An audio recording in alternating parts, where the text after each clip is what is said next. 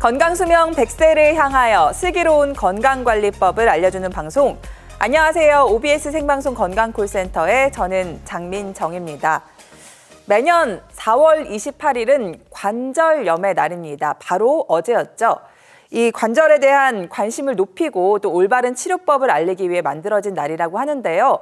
특히 무릎 관절은 조기 퇴행성 변화가 서서히 시작되고 또 그렇기 때문에 조기에 발견해서 치료하는 게 중요하다라고 합니다. 평소에는 운동과 체중 관리로 기본적인 관리를 해주시고요. 무릎 통증이 일주일 이상 지속된다면요. 꼭 반드시 진료를 받아보시는 게 좋을 것 같습니다. 생방송 건강콜센터 오늘은요. 소리 없이 다가오는 관절 질환, 재생치료법에 대해서 알려드릴 예정입니다. 무료 문의 전화도 활짝 열어놓고 있습니다. 오늘은 무릎 안 좋으신 분들, 또 어깨 안 좋으신 분들 연락 주시면 되겠는데요. 네, 오늘 여러분들의 관절 건강을 위해 도움 말씀 주실 전문의 모셔보도록 하겠습니다. 신경외과 전문의 양혁재 원장님과 함께하도록 하겠습니다. 어서 오세요. 네, 안녕하세요. 네, 시청자분들께 인사 부탁드립니다.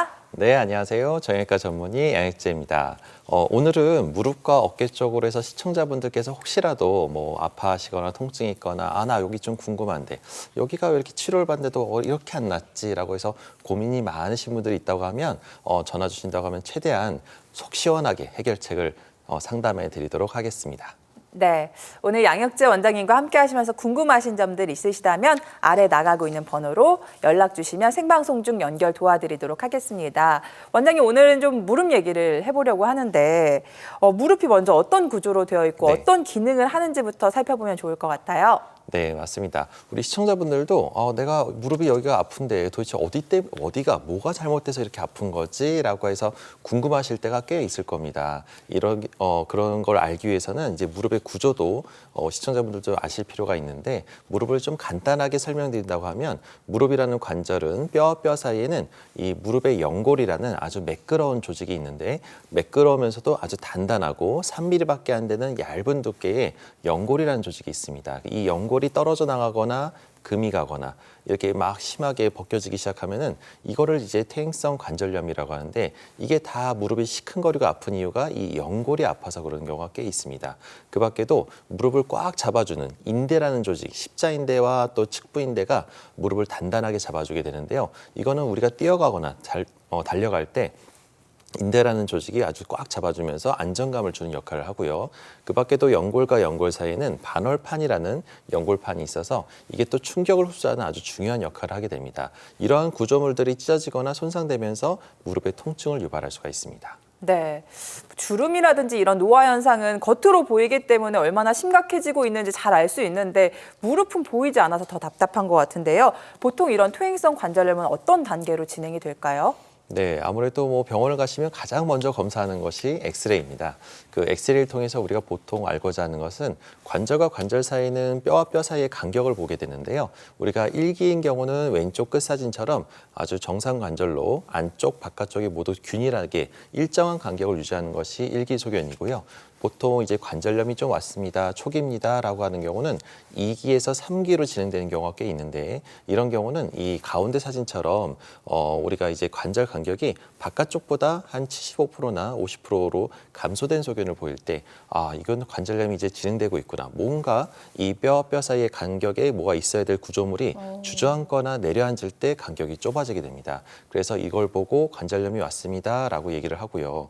근데 너무 심하게 쩔뚝거리시거나 걷기가 힘들고 보행이 지장을 줄 정도로 심하게 아파서 쩔뚝쩔뚝거리면서 오시는 분들이 꽤 있는데 이런 분들은 이 사기소견, 이 오른쪽에 있는 맨 끝 빨간색의 사기소견이 뼈가 아주 심하게 부딪혀서 이제 보행에 지장을 줄 정도로 걷지 못할 정도로 많이 아파서 수술까지 받으러 오시는 분도 꽤 있습니다.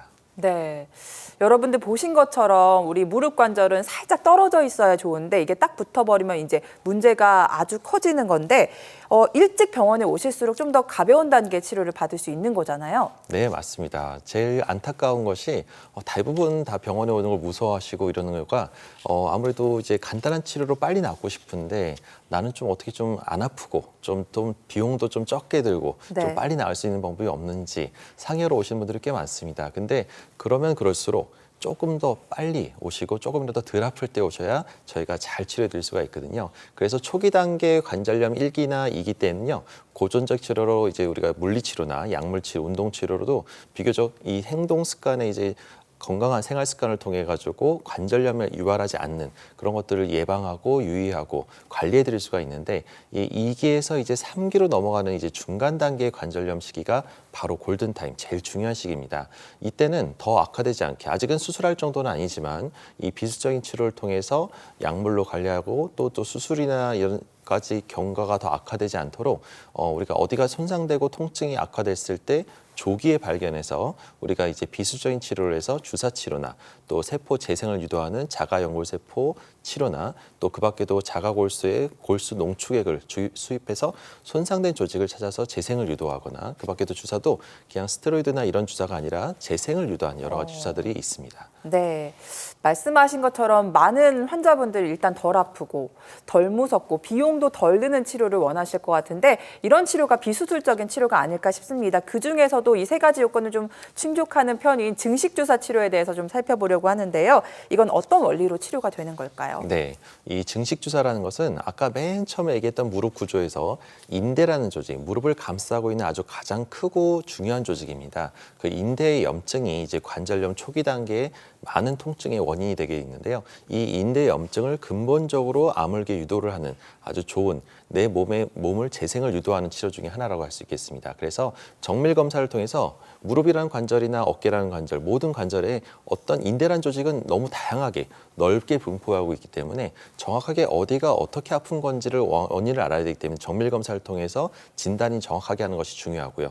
그 부위를 찾았다고 하면은 그 부위에 집중적으로 해서 정확하게 약제를 주입해서 염증을 일시적으로 반응을 유발할 수가 있습니다. 그래서 주사를 맞고 나면 난 안 아파질 줄 알았는데 하루 이틀은 조금 더 뻐근하고 좀 불편감이 있을 수가 있는데요. 이거는 마치 우리가 쓴 약을 먹으면 몸에 좋다라는 얘기를 들은 것처럼 이 주사도 마찬가지로 약간은 좀 뻐근하고 통증이 있다가 가라는 과정에서 통증이 없어지고 근본적인 치유가 되는 겁니다. 그래서 이런 과정이 4에서 5회 정도 반복됐을 때 인대가 더 타이트해지고 강해지면서 통증도 잡고 관절염이 악화되는 걸 막을 수가 있는 방법 중에 좋은 방법이라고 할 수 있겠습니다. 네, 통증만 잡는 게 아니라 재생까지 유도할 수 있는 증식주사 치료. 많은 분들이 이 치료 받으려면 입원해야 되나요? 휴가가 내야 되나요? 아니면 부작용이 있나요? 궁금증이 많으실 것 같아서 이 증식주사 치료의 특징들도 짚어볼까요? 네, 말씀 그대로 이제 이거 때문에 주사이기 때문에요. 네. 뭐 입원을 하셔야 되거나 아니면 뭐 또 휴가를 내야 되거나 이럴 필요가 전혀 없습니다. 오. 당일 치료를 통해서 간단하게 치료를 받고 바로 그러니까 바로 귀가가 가능하고요. 일상생활도 가능하시고요. 네, 일상생활도 바로 가능하고요.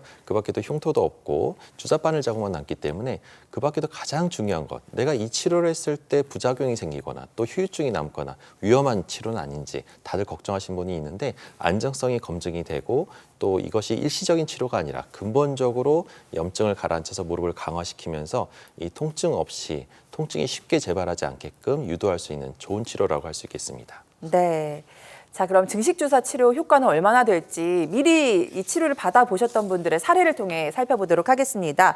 50대 어머님이 벌써부터 이제 무릎이 붓고 아프셨대요. 네. 벌써 수술을 할 수는 없잖아요. 그렇죠. 네. 50대 때 나이도 젊으시고 하지만 일을 너무 심하게 많이 하셨나 봐요. 그래서 어느 순간 나는 정말 갑작스럽게 다리가 쩔뚝거리면서 통증이 너무 심해가지고 그러니까 병원에 갔더니 엑스레이상에서는 이상이 없다. 근데 이렇게 너무 아파하시니까 정밀 검사를 해보는 게 좋겠다라고 해서 큰 병원에 오셨던 분 중에 한 분입니다. 그래서 아무리 봐도 엑스레이상에서는 잘 안 보이고 통증의 원인을 알 수가 없어서 하지만 통증의 증상이 너무 심해서 정밀 검사 MRI를 찍어봤더니 이 왼쪽 사진처럼 심하게 무릎 안쪽에 그 뼈라는 조직은 단단한 그 이제 진한 검은색 회색빛으로 보이는 게 정상인데 저렇게 하얗게 심한 멍이 들면서 마치 누가 무릎에다 심하게 망치를 꽝 때린 것처럼 심하게 심하게 뼈에 부종이 생기면서 붓고 아프고 네. 그와 동시에 또 연골까지 심하게 떨어져 나가는 아직 나이는 50대 중반이시지만 이 연골이 이제 이 상태에서 무리하게 막 쓰시거나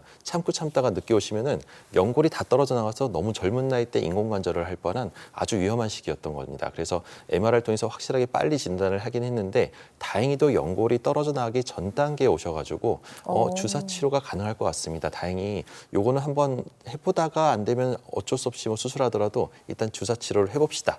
라고 해서 5번 정도 시행을 했고요. 어머님이 다행히도 이 위험한 시기를 주사를 잘 맞으면서 생활 습관에서 무리하게 오래 서 있거나 힘든 일, 쪼그려서 일하거나 무거운 걸 들거나 이런 것들을 안 하시면서 같이 잘 도와주시다 보니까 결과적으로 5회를 마치고 나서 드라마틱하게 오른쪽 MRI 사진을 보게 되면 뼈의 부종이 싹 사라지고 네. 연골도 단단해지면서 통증이 싹 사라진 아주 좋은 사례라고 볼 수 있겠습니다. 네. 정말 그 하얀 부종이 시술 후 사진에서 다 사라진 극명한 차이를 저희가 확인할 수 있었습니다. 아마 많은 분들이 내 얘기 같은데 라고 생각을 하셨을 것 같아요. 특히나 이 계단을 오를 때 극심한 통증을 느끼시거나 아니면 무릎을 움직일 때마다 딱딱 소리가 나시는 분들, 이건 퇴행성 관절염의 시작일 수 있습니다. 이런 증상 가지신 분들이라면요, 바로 저희 쪽으로 연결 주시면 생방송 중 최대한 연결 도와드리도록 하겠습니다.